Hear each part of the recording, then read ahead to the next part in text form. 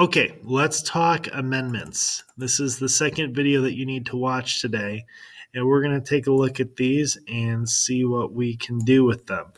When we're talking about amendments, we're talking about things that have been added or changed about the Constitution. And there's really two main purposes for our amendments. First is to change how government operated.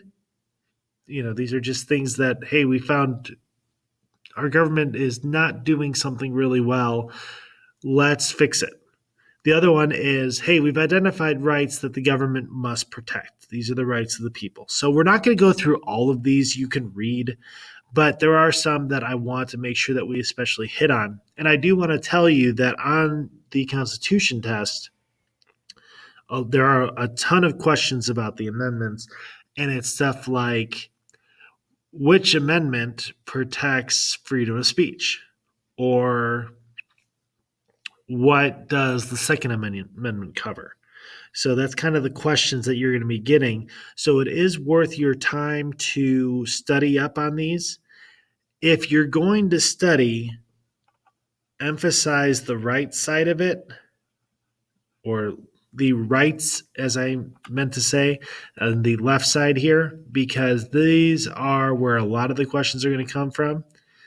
There are some questions from this side, but not as many. So if you have to choose one to specialize in, do this.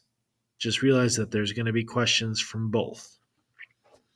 So let's go over what we've got here. So First Amendment, everyone pretty much knows.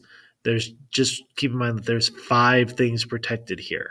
Second, I know you guys know. Third, quartering of troops is, remember, housing and feeding troops with the government forcing you to do that. Fourth is unlawful search and seizure. They have to have a warrant. Eminent domain, we need to talk about that. Eminent domain is when the government comes and takes private property from private citizens for public use. Now, the government is allowed to do this as long as they compensate you fair market value for what they take. Due process means that you get to go through the legal system fairly. Double jeopardy means you can't be charged with the same crime twice. So I think we talked about this back in first semester. If O.J. Simpson, who was found not guilty of killing his ex-wife and her boyfriend, walked out of the courtroom after being found not guilty and said it to the TV cameras, I did it. Well, he can't be criminally charged for that because he was already found not guilty. Self-incrimination is your right to remain silent and pleading the fifth. Grand jury is to make sure that there's enough evidence against you. We're going to talk later about the Sixth and Seventh Amendment in more detail because this is criminal cases versus civil cases. We're going to do a whole nother sheet on that. We'll do that Friday. All right, cruel and unusual punishment. 9, the rights listed in the Constitution aren't the only rights of the American people. So make sure that you understand that the Founding Fathers were really concerned that if they didn't put in something saying, oh, these aren't the only rights of the American people, that government would say, well, if it's not listed here in the Bill of Rights, then you just don't have that right. Nope, this is kind of the catch-all. The 13th ended slavery. 14th is incredibly complicated. It's probably one of the most complicated amendments to interpret. Generally, it's talking about equal protection under the law. This has become one of our most important amendments that protects rights of people. You can't take away people's rights and privileges under the law unless they've done something wrong. Suffrage means voting, so the 15th Amendment is universal male suffrage. Really hear that as black people are given the vote, even if they had formerly been slaves. 19th Amendment is women's suffrage, so women don't get the vote until 1920.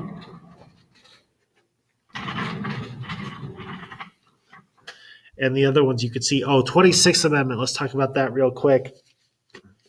During the Vietnam War, there was a draft going on, and you could be drafted at age 18. However, before the 26th Amendment, the voting age was 21. which meant that from 18 to 21, you could be drafted to serve in the military, but you couldn't vote for your leaders of the country. This caused legitimate outrage, and that's why the voting age got dropped to 18. Looking over here, we've talked about the 12th Amendment that's separating the election of the president and vice president of the Electoral College. We've talked about senators being elected by popular vote in the 17th.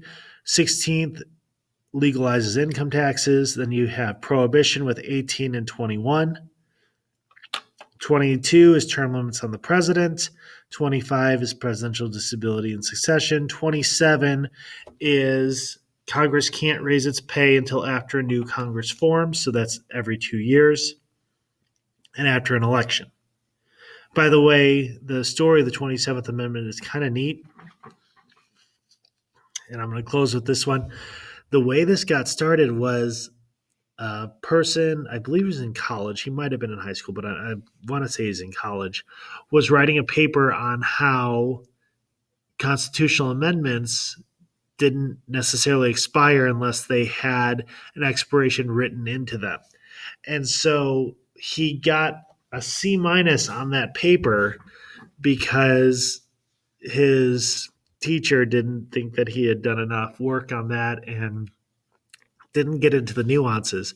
So when his teacher gave him a hard time about it, he actually went and wrote to Congress, found that this amendment has been sitting around for 200 years, and wrote to Congress to try to get it passed. And it actually gained enough steam to get passed to become the 27th Amendment. Just an interesting story on how one person can change our country. Okay, so that's it on the amendments for right now. Make sure you study these. These are in Quizlet too. You do need to spend some time on this. And so for now, you can opt to watch the civil rights, or I'm sorry, the civil law and criminal law video, or you can stop here because I know we're at about 30 minutes of talking, and that's excessive. But like I said, we have to get through this fast. So if you want to stop here and cover the law video next time, that's fine. If you want to keep going, go ahead and go on to the next video. If you do stop here, there is a study guide for the Constitution that is sitting or that should have been given out to you. That is worth 35 points. It is due on the day of the Constitution test, which is next Thursday. So make sure you get that done. When you finish it, and it won't be there today, but starting Friday after you finish it, you can check out the key to check your work. So that way you can make sure that you get all 35 points because I want you to be studying the right things. So that's it. If you're stopping here, I hope you have a good rest of your day. Otherwise, I'll see you on the law video.